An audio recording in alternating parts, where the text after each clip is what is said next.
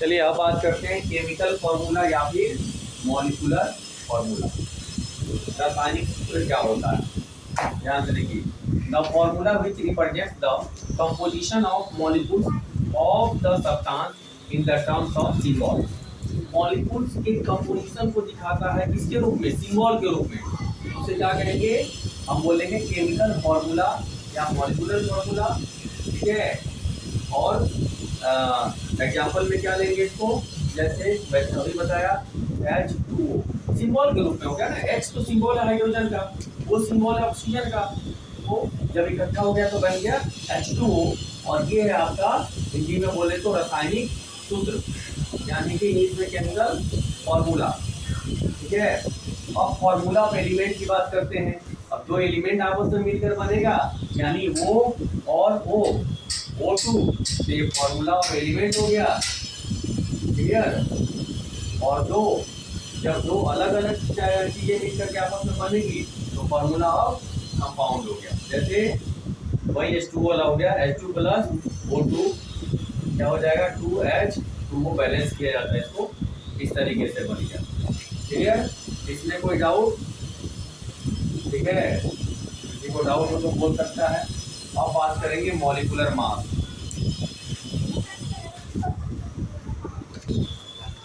चलिए molecular mass होता क्या है, देखिए। मॉलिक्यूल्स में किसी भी मॉलिक्यूल में टोटल जो मासेस होते हैं उसे क्या बोला जाता है, मॉलिक्यूलर मास। सभी एलिमेंट्स के जो छोटे छोटे एलिमेंट्स होते हैं उनके मास को ऐड कर देते हैं तो क्या निकलता है, मॉलिक्यूलर मास। चलिए देखते हैं द्रव्यमान कैसे निकलता है। जैसे बात करते हैं इसकी बात करते हैं CO2, तो ये तो मॉलिक्यूल है ना, ये तो एलिमेंट नहीं है, ये तत्व तो नहीं है, यौगिक है, ठीक है। अब बात करते हैं कार्बन का कितना होता है, 12। ऑक्सीजन का होता है 1 का 16, और 2 है तो मल्टीप्लाई 2, तो क्या होगा 12 प्लस 32 कितना हो गया, 44। कितना हो गया, 44 AMU, एटॉमिक मास यही लिखा जाता है, या फिर आजकल सिर्फ U भी लिखा जाता है, क्लियर। तो कार्बन ये क्या है, एक मॉलिक्यूल है और इसमें दो एलिमेंट है, दोनों एलिमेंट्स के मास को हमने निकाल कर ऐड कर दिया तो आपका जो निकल गया ये मॉलिक्यूलर मास निकल गया। आयंस क्या होता है, देखिए आयन का मतलब होता है कि उस पर चार्ज आना, आवेश आना, आवेशित होना। किसी भी चीज में निगेटिव और पॉजिटिव होते हैं, प्रोटॉन पॉजिटिव और इलेक्ट्रॉन निगेटिव। इलेक्ट्रॉन बाहर होता है पता है, तब जब दो चीज़ों को रगड़ा जाता है या किसी भी कारणवश इलेक्ट्रॉन अगर एक से दूसरे पे चले जाते हैं तो उसमें क्या बनता है, आयन फॉर्म होता है। मान लीजिए Na है, सोडियम और क्लोरीन है, ठीक है। सोडियम ने एक इलेक्ट्रॉन किसको दे दिया, क्लोरीन को, एक इलेक्ट्रॉन किसको दे दिया, क्लोरीन को, तो Na प्लस हो गया और Cl माइनस हो गया। अब ये भी आयन हो गया, ये भी आयन हो गया। क्यों रीजन उसका आगे आएगा, इसी में क्यों वो देगा और वो लेगा क्यों। अच्छा सर, वो गिब्स, ठीक है, उसका रीजन है, आगे बताया जाएगा, इसी एक्सरसाइज में बताया जाएगा, इसी चैप्टर में। There are 2 types of ions, cation and anion. Cation का मतलब क्या होता है, धनायन, और अनायन का मतलब होता है ऋणायन। कैटायन का मतलब होता है धनायन यानी प्लस चार्ज, अनायन का मतलब ऋणायन यानी माइनस चार्ज, ठीक है।